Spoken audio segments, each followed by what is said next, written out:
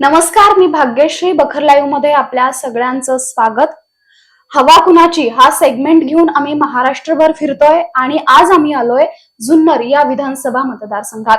जुन्नर या गावात आम्ही आहोत. या गावाचं वैशिष्ट्य म्हणजे किंवा या मतदारसंघाचं वैशिष्ट्य म्हणजे हा मतदारसंघ कायमच दुरंगी तिरंगी किंवा कधी कधी चौरंगी लढत या मतदारसंघाने पाहिली आहे.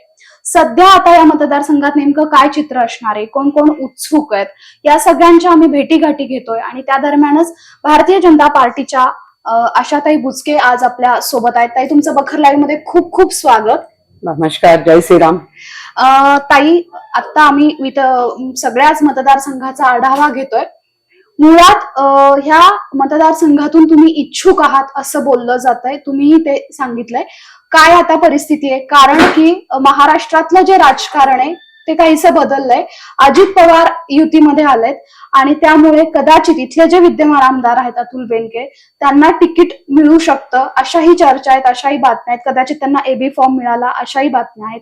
एकूणच ही सगळी पार्श्वभूमी बघता तुमचं काय भूमिका असणार आहे?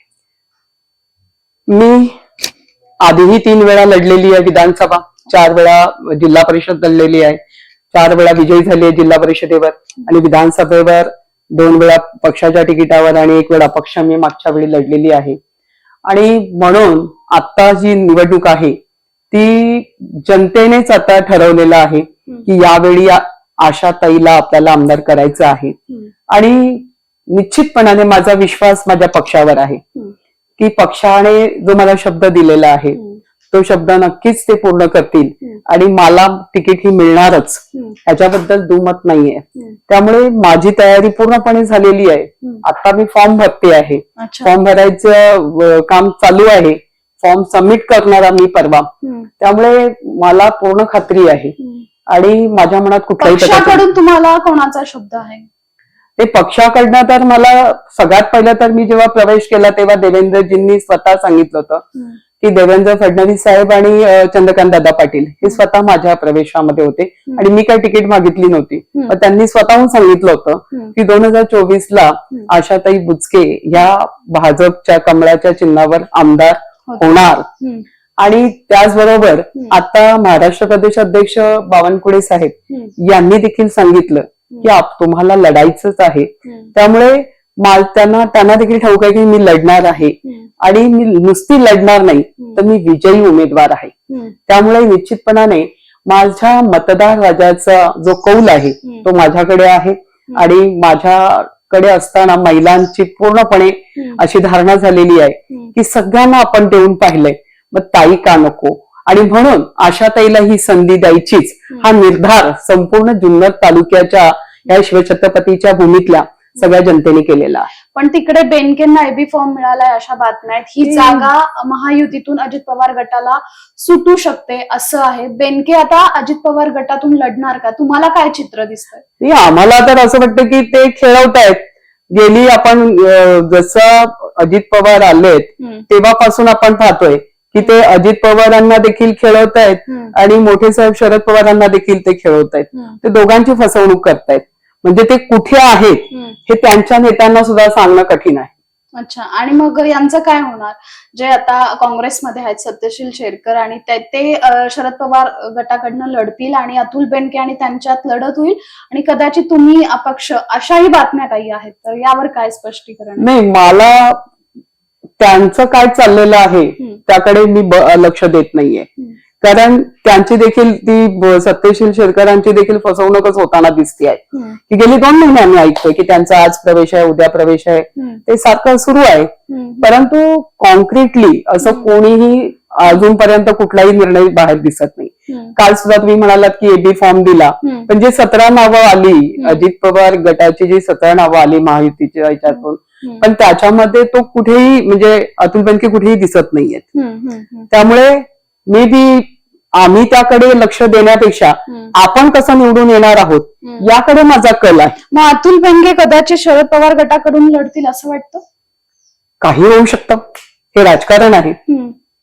असं होऊ शकतं असं वाटतं? होऊ शकतं, कारण 40 वर्ष शरद पवार साहेबांनी त्यांच्यावर प्रेम केले त्या कुटुंबावर. त्यामुळे काही होऊ शकतं. मग असं जर झालं तर मग तुम्हाला ही जागा सुटेल? नाही, जागा सुटणारच हा माझा ठाम विश्वास आहे. अच्छा. आणि मला लढायचं आहे, जनतेला मला निवडून द्यायचं आहे, हे अगदी काळ्या दगडावरची पांढरी रेघ आहे. ताई, तुम्ही म्हणताय की तुम्ही गेले 2-3 विधानसभा ज्या आहेत तुमचा हा संघर्ष चालूच आहे, आणि आताही खरं तर जर अजित पवार आले नसते तर हा तुम्हाला अगदी हा संघर्ष न करता तिकीट तुमचं होतं, जसं तुम्ही म्हणालात की पक्षप्रवेशाच्या वेळीच देवेंद्र फडणवीसांनी आणि चंद्रकांत पाटलांनी हे सांगितलंच होतं. हा संघर्ष वाटेला येतोच आहे असं वाटतं का? मला कधी कधी प्रश्न पडतो की महिलांनाच परीक्षा द्याव्या लागतात का बरं महिलेच्या जीवनामध्ये संघर्ष असावा? परंतु मी ती महिला आहे की संघर्षाला मी घाबरत नाही. असं तुम्ही महाराष्ट्रात नाही देशात दाखवा की कोणती महिला 3 वेळा लढून पुन्हा चौथ्यांदा रिंगणात उतरते आहे, असं चित्र पाहायला मिळतं का? आणि मी स्वयंभू आहे, म्हणजे मी माझ्या माहे सासर कुणाचं सपोर्टिंग वगैरे नाहीये, मी आरक्षणाची सुद्धा मोहताज नाहीये. परंतु म्हणतात की बाबा जिथे 51% गोष्टी पक्षाकडनं मांडल्या जातात, सगळे पक्ष म्हणतात की 51% महिलांना मिळालं पाहिजे. इथे अशी परिस्थिती आहे की पूर्ण ग्रामीणच्या ह्या असणाऱ्या पुणे जिल्ह्यात एकही महिला आमदार या ठिकाणी आपल्याला उभी राहताना दिसत नाहीये. ताई, आम्ही फिरतोय, सर्वसामान्यांशी बोलतोय, अनेकांना प्रश्न आहे की अजून चित्रच या मतदारसंघाचं स्पष्ट नाहीये, लढत नेमकी कोणात होणार आहे हेच त्या सर्वसामान्यांपर्यंत अजून पोहोचलेलं नाहीये. हा जो गुलदस्त्यातला खेळ चालला या मतदारसंघाबाबत, हे नेमकं काय आहे? मला तर एकच कळतंय, मला माझ्यासमोर कोण येणार आहे आणि किती लोक येणार आहेत याच्याशी काही घेणं देणं नाही. मला फक्त माझे पक्षश्रेष्ठी आणि त्यांचा आदेश हा महत्वाचा वाटतो. सोनवण्यांचं काय होईल तो त्यांना तुम्ही प्रश्न विचारला पाहिजे. ते पण इच्छुक आहेत असंही बातम्या आहेत. का नसावं? ते माझे आमदार आहेत, इच्छुक अनेक जण असतील, त्यांना ते प्रश्न विचारले तर माझ्यापेक्षा ते जास्त बेटर उत्तर देऊ शकतात. चौरंगी लढत होईल असं वाटतं या मतदारसंघात? चौरंगी होईल, 5 जण पण उभी राहतील, ते काही सांगता येत नाही. पण मला ह्या जुन्नर तालुक्यातल्या जनतेचे असणारे प्रश्न सोडवण्यासाठी, जे कधी 50 वर्षात सुटलेच नाहीत, ते सोडवण्यासाठी जर ही संधी मला देणार आहे जनता, तर मी प्रामाणिकपणे ती संधी घेऊन त्या जनतेला न्याय द्यायची भूमिका माझी आहे आणि ती मी प्रामाणिकपणे महिला म्हणून करणार आहे. ताई, तुम्हाला विश्वास आहे, पक्ष तुमच्यावर विश्वास दाखवेल, तुम्हाला तिकीट देईल. तिकीट तुम्हाला जर डिक्लेअर झालं तर कुठले अजेंडे घेऊन तुम्ही लोकांसमोर जाल? काय प्रश्न वाटतात तुम्हाला? नक्की मला प्रश्न असा वाटतो की हा जुन्नर तालुका शिवछत्रपतींच्या जन्माने पुनीत झालेला तालुका, या तालुक्यामध्ये 2 अष्टविनायक आहेत. अष्टविनायकाचे गणपती आहे ओझर लेण्याद्री, या ठिकाणी शिवनेरी किल्ला आहे, त्याचबरोबर या ठिकाणी 70 लेण्या आहेत, या ठिकाणी नैसर्गिक अशी संपत्ती आहे. परंतु या ठिकाणी MIDC नाही, की जेणेकरून उदरनिर्वाहाचं साधन आमच्या शेतकऱ्यांचं फक्त दूध आणि शेतीमालावर त्यांचं जीवन आहे. त्यांच्या जीवनामध्ये असणाऱ्या ज्या जमिनी गेल्या त्यांच्या पुनर्वसनामध्ये, 5 धरणं मोठी उभी राहिली, 2 लहान धरणं, पण त्यांचे पुनर्वसनाचे प्रश्न देखील अद्याप सुटले नाहीत. चाऱ्या पोटचाऱ्यासाठी सुद्धा 25-27 वर्ष होऊन गेली, परंतु त्यांना अद्याप पैसे मिळाले नाहीत. किंबहुना त्यांचा हक्क त्यांना जो हवा होता ते प्राप्त झाले नाहीत. त्या बरोबर या ठिकाणी एक अद्यावत हॉस्पिटल असावं, जेणेकरून आमचा कुठलीही व्यक्ती जेव्हा कुठे हॉस्पिटलला न्यायचं असेल, जेव्हा अति तातडीची अशी गरज पडते, त्यावेळेला मला पुन्हा मुंबईशिवाय पर्याय नसतो. त्यामुळे जे काही जनतेशी निगडीत असणारे प्रश्न आहेत, या ठिकाणी कुकडेश्वराचा प्रश्न आहे की कुकडेश्वराचं मंदिर अद्याप पूर्ण होत नाहीये. नागेश्वराचं मंदिर आहे आदिवासी विभागामध्ये, ते पूर्ण होत नाही. महिला बचत गटांचं नुसतं नाव वापरलं जातं, पण त्यांनाही न्याय मिळत नाही. तर ह्या सगळ्या गोष्टींना न्याय देता येऊ शकतो.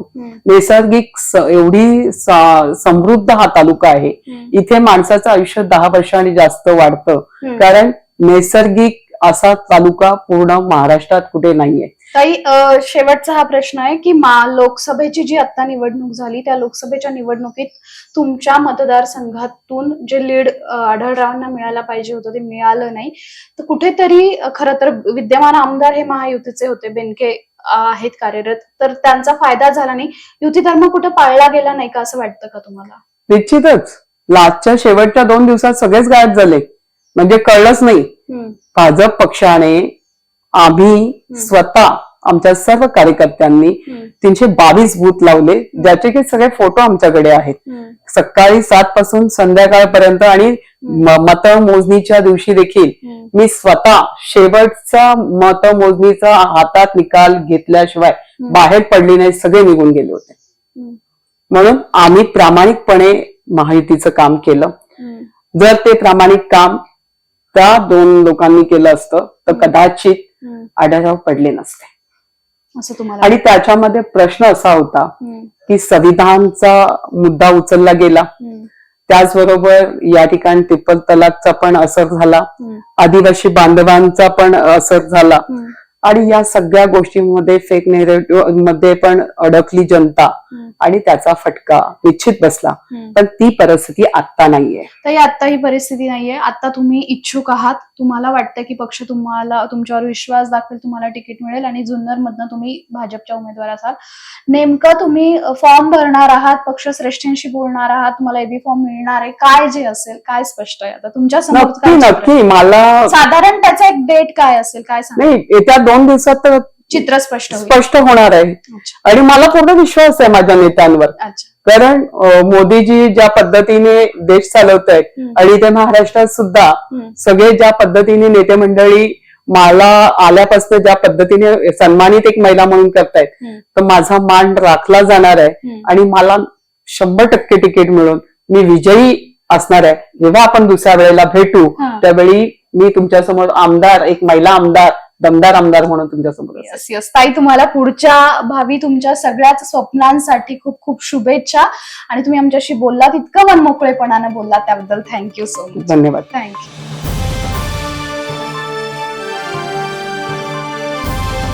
समाजकारण, प्रशासन आणि राजकारणातल्या अचूक विश्लेषणासाठी बखर लाईव्हच्या सोशल मीडिया प्लॅटफॉर्म्सना लाईक, फॉलो आणि सबस्क्राईब करा.